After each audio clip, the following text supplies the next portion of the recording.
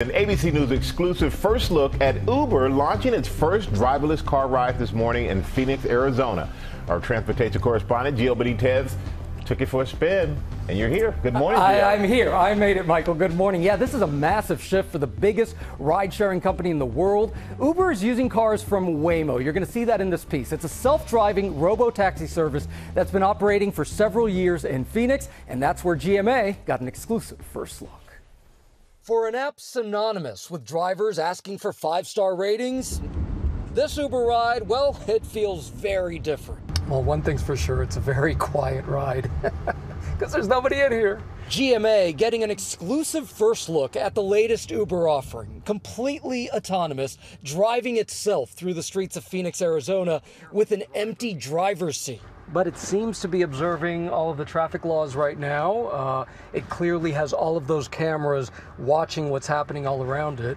But how did we get here? Our journey began at the Desert Botanical Garden. So we're going to request this Uber right now. Okay, you matched with a nearby autonomous vehicle, and it's asking me to confirm. It's giving me 30 seconds. Just like any other Uber, we wait a few minutes and a Waymo car pulls up. Uber is using their technology. You see right there, it says my initials, GB. Okay, so we unlock the car and these handles popped out. So we're inside the car right now, but it will not start until you buckle up and you actually hit that button that says start ride. All right, and here we go, start ride.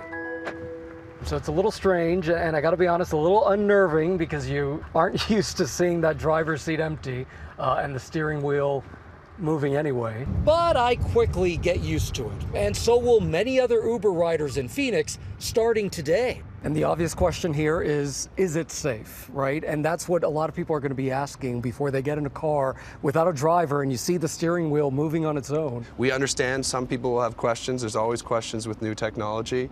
But ultimately, we believe that Waymo is a partner leading the way on safety, that autonomous drivers over the long term will bring a lot of safety leadership to this industry. Waymo says improving safety on the roads is the whole reason it exists. And so particularly when you're in situations with vulnerable road users like pedestrians or cyclists, the Waymo driver takes extra care to navigate in those complex situations.